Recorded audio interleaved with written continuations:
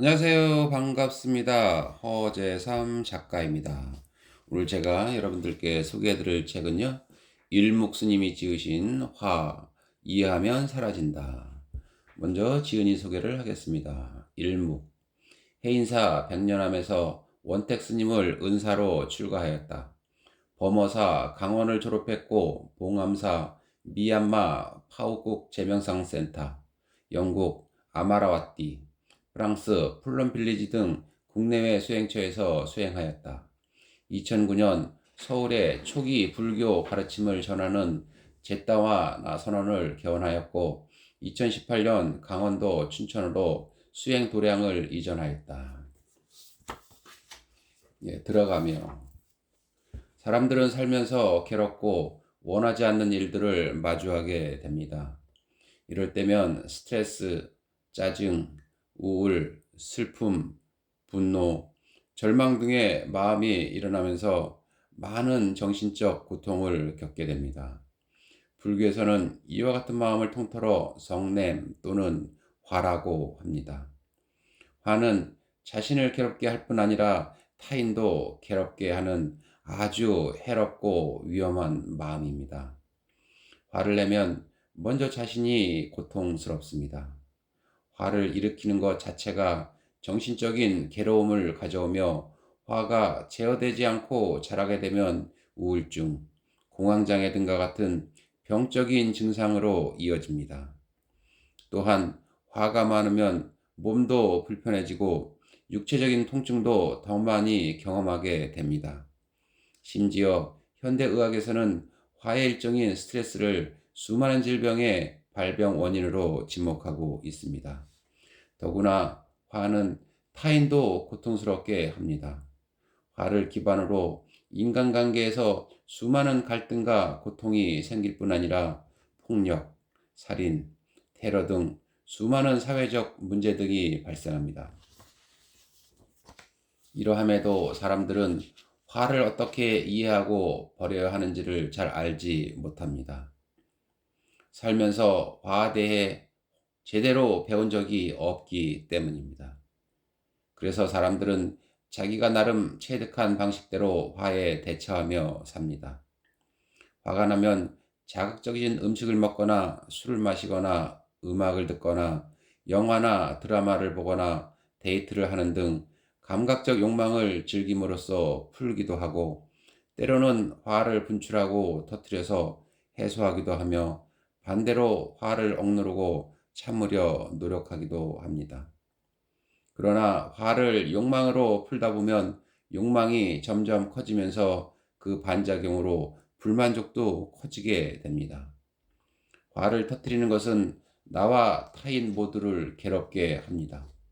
억눌러 참는 화는 사라지지 않고 내 몸과 마음을 병들게 하는 등 괴로운 결과를 가져옵니다. 이렇게 우리가 화를 다루는 방식은 오히려 화를 더 키울 뿐입니다. 하지만 화를 버리는 올바른 지혜와 방법을 배워서 열심히 수행한다면 화를 진정으로 버릴 수 있습니다. 그러면 어떻게 해야 화를 버릴 수 있을까요? 화를 버리려면 화를 분명하게 이해해야 합니다. 다시 말해서 화란 무엇인지, 화의 원인이 무엇인지, 화를 버리는 방법은 무엇인지, 화가 버려지면 어떤 마음이 되는지, 화를 어떻게 예방할 수 있는지 등을 철저히 이해해야 합니다. 이렇게 화에 대해서 철저히 통찰하면 화를 버릴 수 있습니다. 이렇게 화에 대해서 철저히 통찰하면 화를 버릴 수 있습니다. 이것이 이 책에서 다루고 있는 주된 내용입니다. 다만 화의 구조를 철저히 이해하여 화를 버리기 위해서는 먼저 사람들이 세상을 알고 분별할 때 주도적인 역할을 하는 마음에 대한 기본적인 이해가 선행되어야 합니다. 물론 화를 버리는 올바른 방법을 배웠더라도 그것을 삶 속에서 실천해 실제로 자신의 화를 버리는 것은 자신의 몫입니다. 이것은 그 누구도 대신해 줄 수 없는 일입니다. 화를 버리는 방법을 알았다면 그것을 실제로 실행하고 체득하기 위해 열심히 노력하는 일이 무엇보다 중요하다는 점도 잘 기억해야 합니다. 부디 이 책이 화로 인해 고통받는 분들로 하여금 괴로움에서 벗어나기 위한 여정의 작은 등불이 될 수 있기를 바랍니다. 본문으로 들어가기 전에 먼저 목차를 보겠습니다. 1. 화에 대한 올바른 이해. 괴로움과 행복은 마음이 만든다. 화는 대상을 싫어하는 마음이다. 화는 해로운 작용은 있지만 실체는 아니다. 2. 화를 버리는 지혜. 화, 이해해야 버려진다. 화의 해로움과 자해의 유익함을 통찰하라. 화를 버리는 다양한 지혜. 화의 원인을 조사한다. 3. 화를 버리는 수행. 호흡 수행과 마음 관찰. 자해 수행. 부전강 수행. 그럼 본문으로 한번 들어가 보겠습니다. 마음이 대상을 안다. 사람들은 살아가면서 다양한 일을 겪습니다. 때로는 보고, 듣고, 맛보고, 냄새를 맡고, 촉감을 경험합니다. 때로는 행복이나 괴로움을 경험하고, 기뻐하고, 슬퍼합니다. 때로는 좋아하고, 싫어하고, 집착하고, 멀리합니다. 때로는 성공하고, 실패하고, 재산을 얻고, 재산을 잃어버리는 경험을 합니다. 그러면 이렇게 우리가 살아가는 세상에서 다양한 일들을 느끼고 인식하고 좋아하고 싫어하고 경험하는 등 세상을 아는 작용을 하는 것은 무엇일까요? 그것은 바로 마음 또는 의식입니다. 다시 말해서 마음 또는 의식이 세상에 있는 현상들을 아는 것입니다. 그리고 마음을 통해서 알게 되는 모든 현상을 대상이라 부릅니다. 그래서 사람들의 삶의 실상은 한마디로 마음이 대상을 아는 일이 이어지는 것이라 할 수 있습니다. 마음은 빨리어 찌따의 번역입니다. 찌따는 문자적으로 주로 심장을 의미하지만 여기서는 대상을 아는 특성이 있는 정신현상을 뜻합니다. 의식은 빨리어 윈야나의 번역인데 윈야나는 대상의 이모저모를 분별하는 특성이 있는 정신현상을 말합니다. 그래서 사실 마음 또는 의식은 동의어이며 둘 다 대상을 아는 작용을 하는 것입니다. 단지 차이가 있다면 마음은 대상을 아는 작용을 주도하는 역할을 강조할 때 주로 쓰는 용어이고 의식은 대상에 관하여 이모저모를 분별하는 의미를 강조할 때 주로 쓰는 용어라는 것뿐입니다. 이처럼 마음 또는 의식은 대상을 아는 특성이 있는 정신현상을 말합니다. 그런데 물질은 형체나 모양이 있는 사람의 몸이나 돌덩이 같은 물질과는 다름에 주의해야 합니다. 물질은 형체도 있고 모양도 있고 보거나 만질 수 있습니다. 하지만 마음은 형체도 없고 모양도 없으며 만질 수도 없습니다. 단지 대상을 아는 작용이 있을 뿐입니다. 대상은 마음이 눈, 귀, 코, 혀, 몸, 마음의 6 감각 기능 중에 어떤 것을 통해서 아느냐에 따라 형상, 소리, 냄새, 맛, 촉감, 법의 6가지로 나눌 수 있습니다. 다시 말해서 마음이 눈을 통해서 아는 대상은 형상, 귀를 통해서 아는 대상은 소리, 코를 통해서 아는 대상은 냄새, 혀를 통해서 아는 대상은 맛, 몸을 통해서 아는 대상은 촉감, 마음을 통해서 아는 대상은 법이라 합니다. 좀 더 부연해 설명하면 형상과 눈이 접촉할 때 형상을 아는 마음이 일어나는데 이것은 눈을 통해 아는 마음 또는 의식이라는 의미에서 눈의식이라 부릅니다. 소리와 귀가 접촉할 때 소리를 아는 마음이 일어나는데 이것은 귀를 통해서 아는 마음이라는 의미에서 귀의식이라 부릅니다. 냄새와 코가 접촉할 때 냄새를 아는 마음이 일어나는데 이것은 코를 통해 아는 마음이라는 의미에서 코의식이라 부릅니다. 맛과 혀가 접촉할 때 맛을 아는 마음이 일어나는데 이것은 혀를 통해 아는 마음이라는 의미에서 혀의식이라 부릅니다. 촉감과 몸이 접촉할 때 촉감을 아는 마음이 일어나는데 이것은 몸을 통해 아는 마음이라는 의미에서 몸의식이라 부릅니다. 이때 형상, 소리, 냄새, 맛, 감촉은 눈, 귀, 코, 혀, 몸의 오감을 통해 알게 되므로 이들을 특히 다섯 감각대상, 즉 오경이라 부릅니다. 또 법과 마음이 접촉할 때 법을 아는 마음이 일어나는데 이것은 오감을 의지하지 않고 마음을 통해 바로 안다는 의미에서 마음의식이라 부릅니다. 여기서 한 가지 주의할 것은 눈의식, 귀의식, 코의식, 혀의식, 몸의식, 마음의식은 어떤 감각 기능을 통해서 마음이 대상을 아느냐에 따라 편의상 분류한 것이지 모두 마음 또는 의식이 작용한 것이라는 점입니다. 마치 같은 불이지만 나무로 생긴 불은 모닥불, 연탄으로 생긴 불은 연탄불, 성냥으로 생긴 불은 성냥불, 수추로 생긴 불은 숯불, 초로 생긴 불은 촛불, 기름으로 생긴 불은 등불로 이름 붙이는 것처럼 됩니다. 괴로움과 행복은 마음이 만든다. 신라시대에 원효스님과 의상스님에 관한 유명한 일화가 있습니다.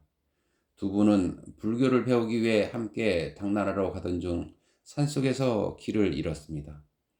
깜깜한 숲을 헤매다가 움막처럼 보이는 곳을 발견한 두 스님은 그곳에서 하룻밤 쉬어가기로 하였습니다.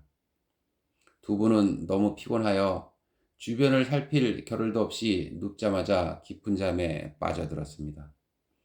그러다가 원효스님은 목이 너무 마른 나머지 잠에서 깨어 물을 찾던 중 어둠 속에서 물이 담긴 바가지를 발견하였습니다.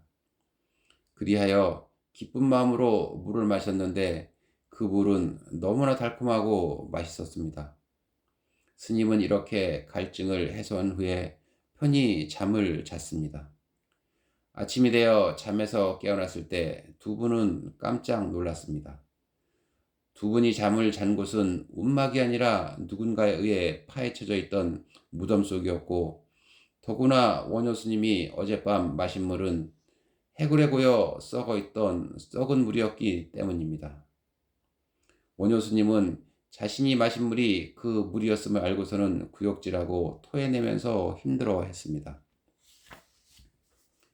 그러던 중 스님은 분명 똑같은 물임에도 불구하고 어젯밤에 먹었을 때는 그 물이 너무도 달콤했는데 썩은 물이라 안 뒤에는 더럽게 느껴지고 자신이 구역질하고 있다는 것을 알게 되었습니다. 이를 통해 원효 스님은 대상보다는 그것을 아는 마음이 중요하다는 것을 깨달았습니다. 그래서 스님은 굳이 당나라로 갈 필요가 없다고 판단하여 신라로 돌아오게 되었습니다. 이 일화에서 알 수 있듯이 똑같은 대상이라도 그것을 아는 마음에 따라 전혀 다른 결과가 나타날 수 있습니다. 똑같은 썩은 물을 마셨는데 그것을 달콤하고 시원한 것으로 알고 행복해질 수도 있고 구역질나고 더러운 것으로 알아 괴로워질 수도 있습니다. 이처럼 사람들이 대상을 알 때 경험하는 행복과 불행은 대상보다는 그것을 아는 마음이 훨씬 더 근원적이고 중요한 역할을 합니다. 이러한 의미에서 불교에서는 마음이 모든 것을 만든다. 즉 일체 유심조라고 합니다.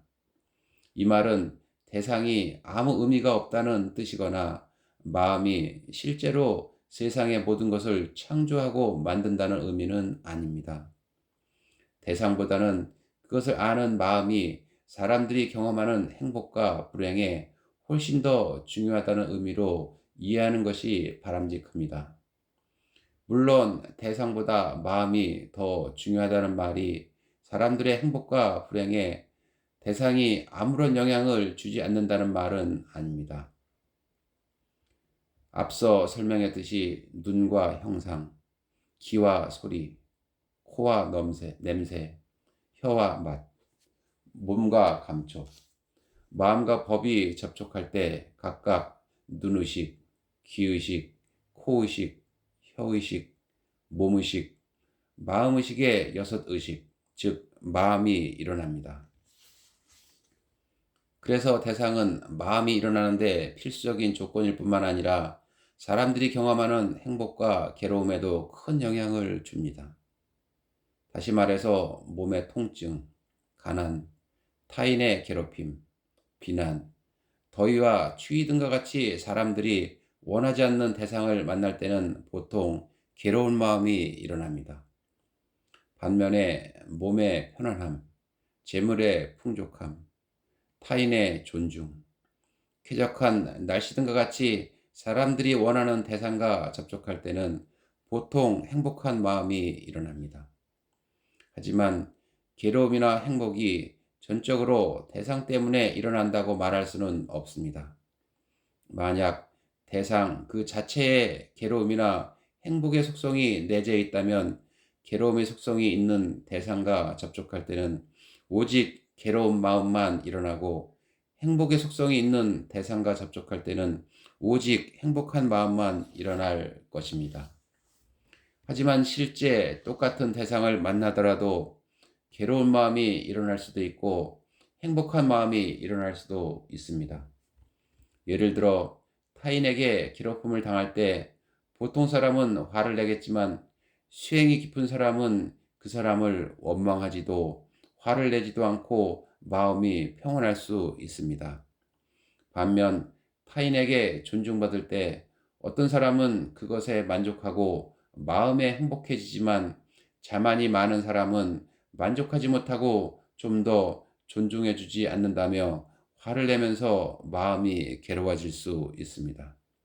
이처럼 대상 그 자체에 괴로움이나 행복의 속성이 내재해 있는 것이 아니라 그 대상을 아는 마음에 따라 괴로움이 일어나기도 하고 행복이 일어나기도 하는 것입니다. 그래서 대상이 더 중요하며 괴로움과 행복은 마음이 만든다고 말하는 것입니다. 해로운 마음은 괴로움이 일어나게 한다. 사람들은 누구나 행복을 원하고 괴로움을 싫어합니다. 그런데 사람들이 경험하는 괴로움과 행복은 마음이 만듦으로 어떤 마음이 괴로움의 원인이 되는 해로운 마음이고 어떤 마음이 행복의 원인이 되는 유익한 마음인지를 구분하여 통찰하는 것이 매우 중요합니다. 유익한 마음과 해로운 마음을 구분하지 못하는 어리석은 사람은 행복을 원하면서도 해로운 마음을 일으키고 유익한 마음을 버리는 방향으로 노력할 수 있습니다. 그러한 경우 애초에 잘못된 방향으로 노력하고 있으므로 아무리 노력하더라도 원하는 행복을 얻지 못할 것입니다. 마치 동쪽으로 가기를 원하는 사람이 서쪽으로 가는 것처럼 그래서 진정한 행복을 원하는 사람은 먼저 어떤 마음이 유익한 마음이고 어떤 마음이 해로운 마음인지를 구분하는 지혜를 갖추어야 합니다. 그런 다음 해로운 마음은 버리고 유익한 마음을 개발하는 올바른 방향으로 노력해야 합니다. 마치 동쪽으로 가기를 원하는 사람이 동쪽으로 가는 것처럼 말입니다. 해로운 마음의 뿌리 탐욕. 탐욕은 빨리어 로바의 번역으로 로바는 집착, 갈망이라는 뜻이 내포되어 있습니다. 탐욕은 한마디로 대상에 집착하는 특성 있는 정신현상을 말합니다. 마치 뜨겁게 달아오는 냄비 위에 고깃덩어리 하나를 던져 넣으면 고깃덩어리가 순식간에 냄비에 달라붙는 것처럼 그래서 탐욕은 원하는 대상에서 떨어지지 않고 포기하지 않으려는 마음에서 나타납니다. 네, 오늘 저는 여기까지 읽어드리고요. 다음 시간에 더 새로운 책으로 여러분 다시 찾아뵙겠습니다. 네, 감사합니다.